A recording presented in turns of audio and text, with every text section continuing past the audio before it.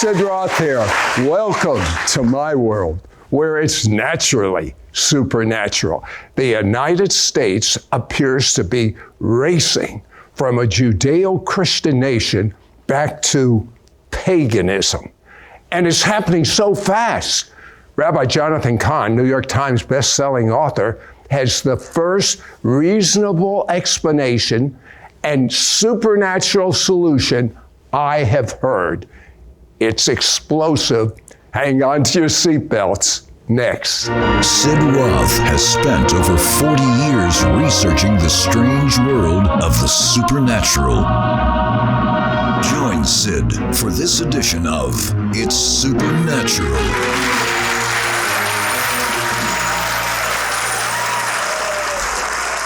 Jonathan, this is your very first interview on your brand new book, Return of the Gods, with a small g.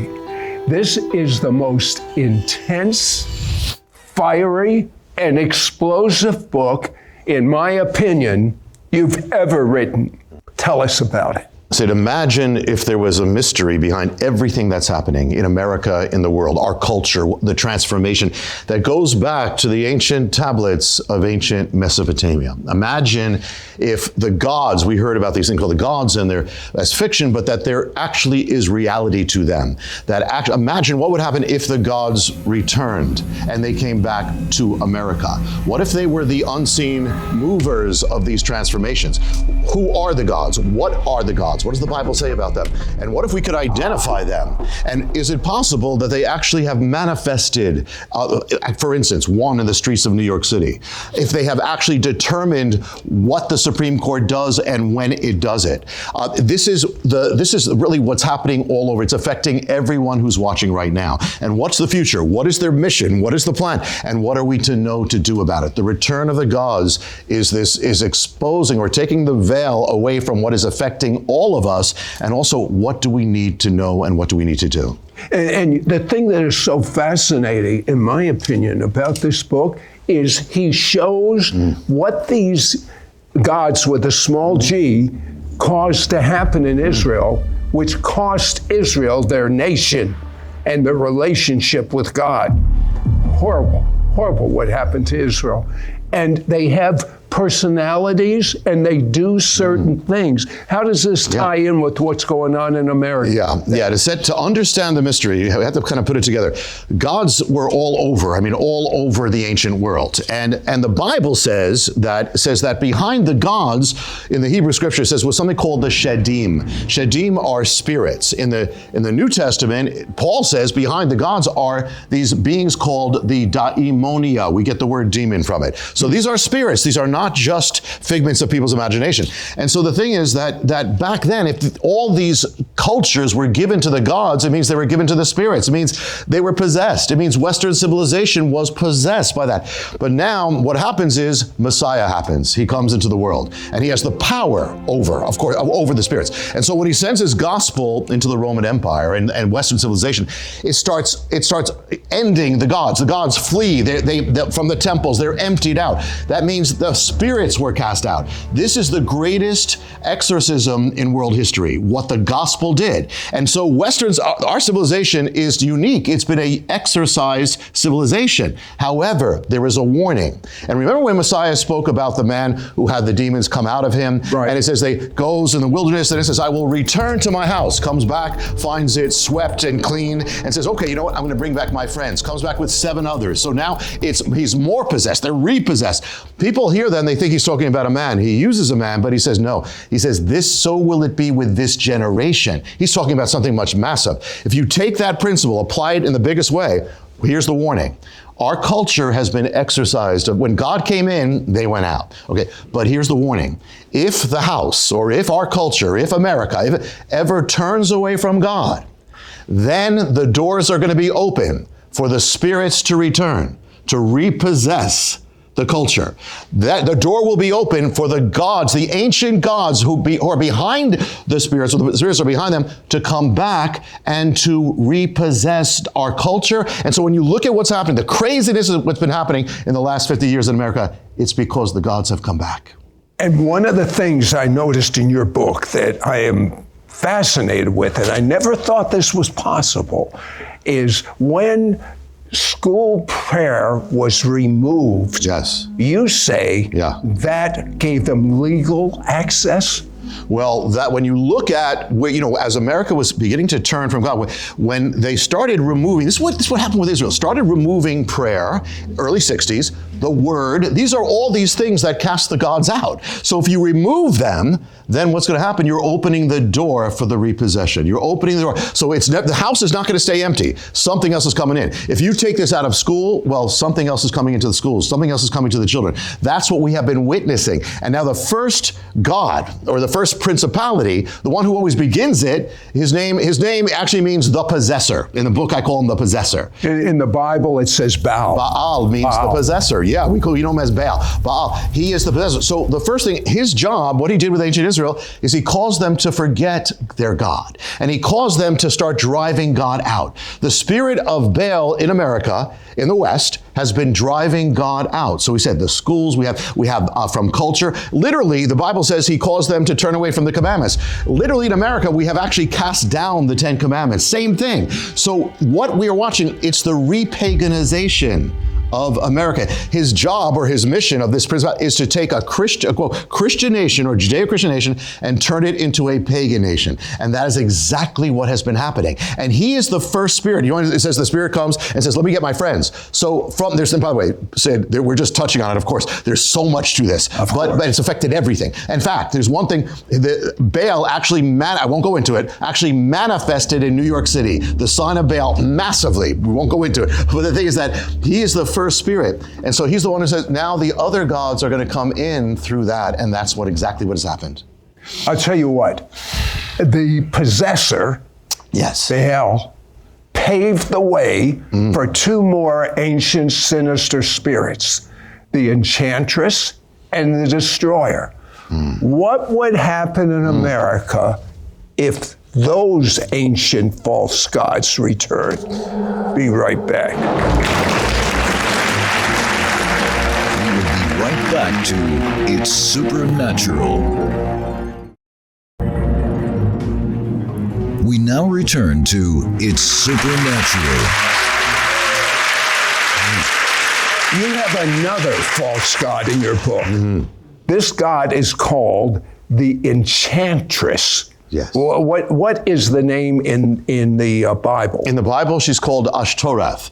In Mesopotamia, she's called Ishtar. When she went into the Greek land, she was called Aphrodite, and then Venus. She is all over. And she's mentioned specifically there. Now, in the Canaanite mythology, she's actually the wife of Baal. So Baal has a wife. Okay. And so when Baal comes, the next one to come, it says in the Bible says Baal, then it says Ashtoreth. Then she's coming in. So what this means is once the door is open, she is the goddess of sexuality, of sexual immorality. She's the goddess, she's actually called a prostitute. She is the goddess who her temples were filled with sexuality. It was made it public. So if she returns, what would happen? If she comes back, it means that America is going to undergo a sexual revolution. That is the sign of the possession of Ishtar, or this goddess. And the thing is, so sex comes, what a prostitute is she actually damages marriage. She actually weakens marriage. That's what happens. Brings sexuality into the culture. In ancient times in Israel, in the Middle East, she put her images of naked people all over the culture. So we're not dealing with a brilliant strategy of man that has concocted a plan that things are moving so fast into paganism. No. We are dealing with something stronger than man. Principalities and powers of darkness. Have you ever wondered why things are turning dark so fast? It's because too many people have yielded to these principalities. It is, to quote on, it is truly supernatural, and that's what's happening. And so not only, she was, in her Greek form, she gave birth to a child named Eros. We get the word erotica. So erotica starts flooding America. The word for prostitute, which is what she was, in her Greek incarnation is the word porne. We get the word porn from it. So there's an explosion of pornography all over the culture. So what Baal does, in one sense, she's repaganized, she's overturning biblical standards of sexuality and marriage, and she is paganizing our culture through sexuality and through possessing it. And she's also the goddess of spells and witchcraft. So she casts her spell on America, and we are still in it to this day. And that's what we're seeing. Yeah. We are seeing people that should know better, that should not be making decisions like they're making. They're going against, for lack of better words, they're going against science. Of course, they're going against the Bible, but they're even going against science. It's because there's a witchcraft maze, haze, if you will, over them, fog. It makes no sense to someone that doesn't have that fog. Yeah, it's irrational. It's not natural at all. Yeah, and it goes further, Sid, because something strange about the goddess, and that has to do with gender. Because what she also did, let me tell you, in her ancient inscriptions, I'm looking at these ancient inscriptions, she says, I am a woman, I am a man. It says it's said in her hymns, it says she has the power to transform a man into a woman and a woman into a man. So what's going to happen? Wow. What's going to happen if she comes into the culture? You're going to start seeing what she's going to do is she's going to start masculinizing women, defeminizing women, and feminizing men. That touches everything. I mean, it touches our culture, touches the roles, touches radical feminism and sexuality. And so all this stuff that we're having, saying, how could this happen? This is all the goddess. It's all there. How in the world did you figure all of this out? Well, I don't take any credit for figuring it. It's just something, God shows me one thing, and then the next thing, I'm like, I'm the first one to be blown away by it. And Sid, it even goes further. She had a priesthood. Her priests, listen to this, in her temples, were men who dressed up as women. And they acted as women dressed up. So what's going to happen if she comes back? What's going to happen is, as she possesses a culture, is that men will start dressing. We'll start seeing that in our culture, which we do. These are her ancient priesthood. Also, they were involved in same-sex sexuality. We see that explosion as well. Also, it says, remember, she says she turns men into women, transitions them, and women into men. Many of her priests were actually surgically altered. She caused them to be surgically altered. I never knew that. Yes. I thought that was just something of our gender. Well, we do it more sophisticated, but this is why I wrote this book. This is to reveal and arm believers and to know what's happening. And she especially, all the gods, but they go after the children. Because if you have the children, you have the future. And so that happened in ancient times, happening now. And so you think, what would possess an adult to do this to children? Well, what would possess it? The spirit. The spirit of the goddess. And I'm going to go even farther because this is mind-boggling.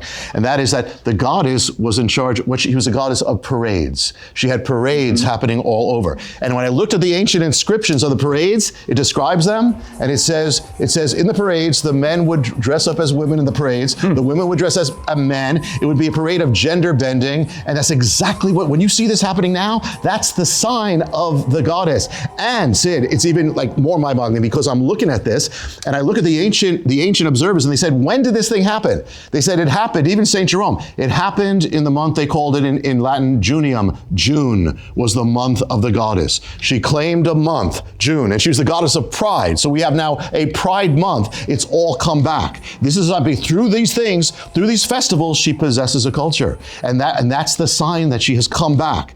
Now, you say the gods are even influencing the rulings of the Supreme Court. Yes. And they've determined the exact timing of those rulings? Yeah, this blew me away. Yes. Since these things happened, there's been 3 landmark cases that have to do with gender and, all these things, same-sex and marriage. The first one was in 2003, had to do with legalizing. It happened in the ancient month of Tammuz. That's the lover of Ishtar. That's her month. That's her month. It happened at the exact time, happened an exact date of the goddess.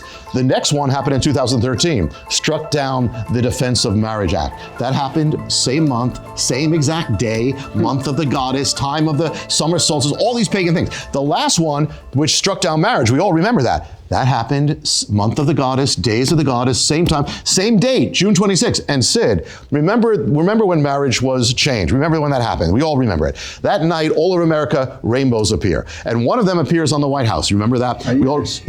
Well, that night on the ancient calendar, I looked this up in the Bible, was the night that is appointed, the 10th of Tammuz, appointed to cast a spell to cause a man to love a man on that day. It all was determined by the mystery of the God. No wonder you got blown away when God shows you these revelations. These patterns is what Israel went through when they legally gave access to these demons, and the U.S. has legally given access to these demons. When we return, Jonathan will reveal the third spirit of the dark trinity, the destroyer. Be right back.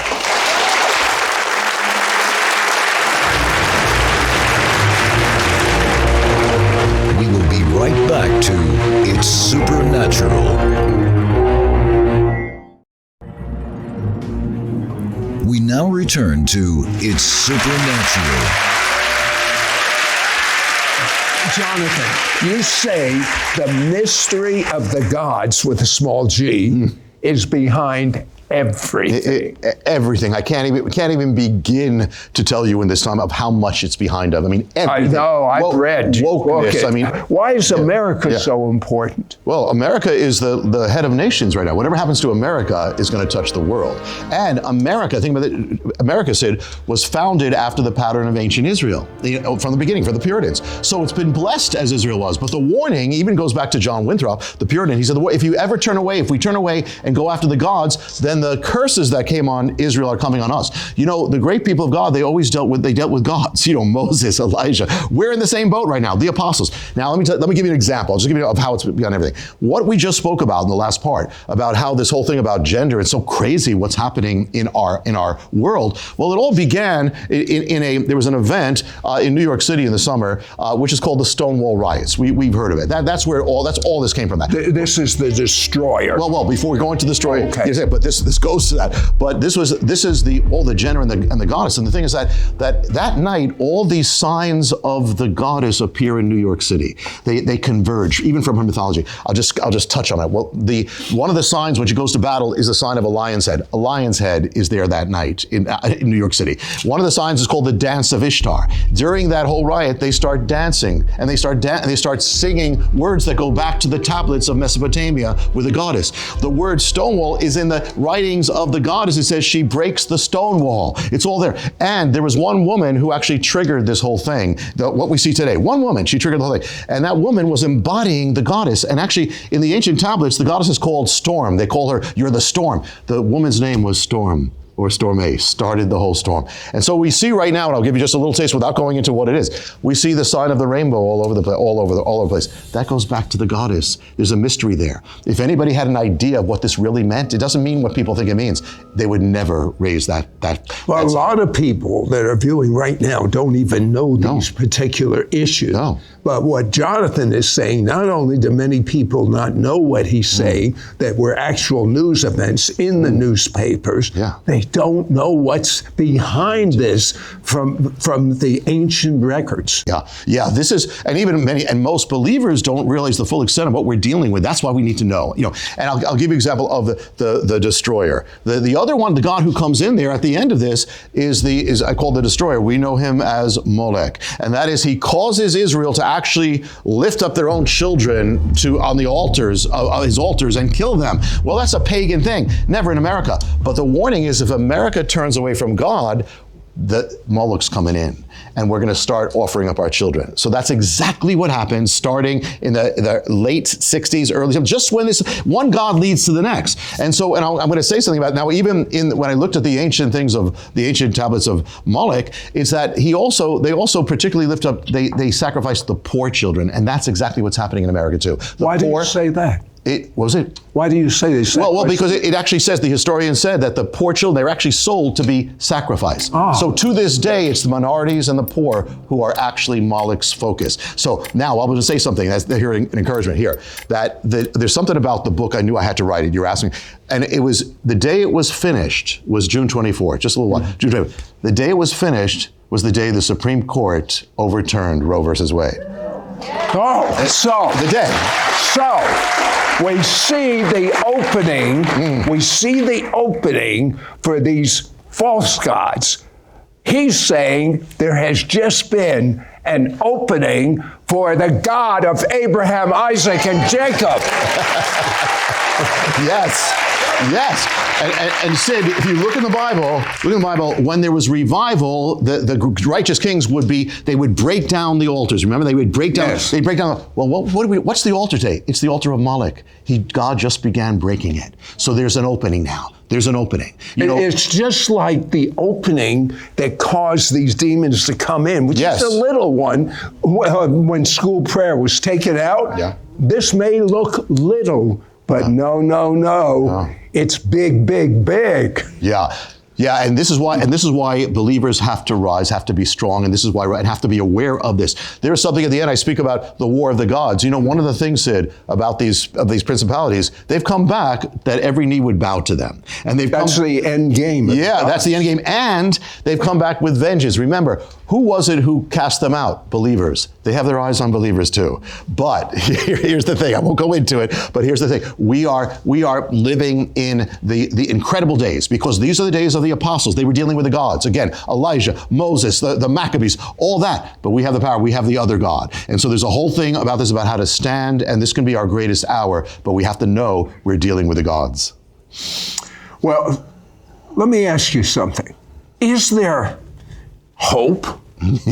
Yes, I've never written a book without hope. Yes, there's hope, and the hope, our God is so much more powerful, and we have him. But if we don't rise in that power, then we won't see it. God, and often when the revivals come and when glory comes, it's when the gods are broken, when they are cast out. And that is and we have to make sure in our own lives, we are casting out anything that has to do with these things, that we can rise in the Spirit of God casts out the spirit of the gods. And so we have that power, but we have to rise to it.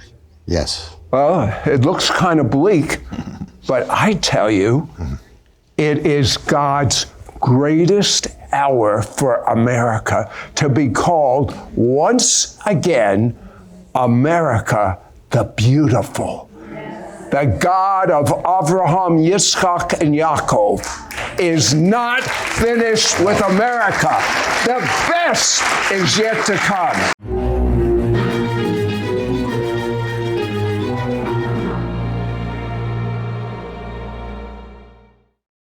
Alfa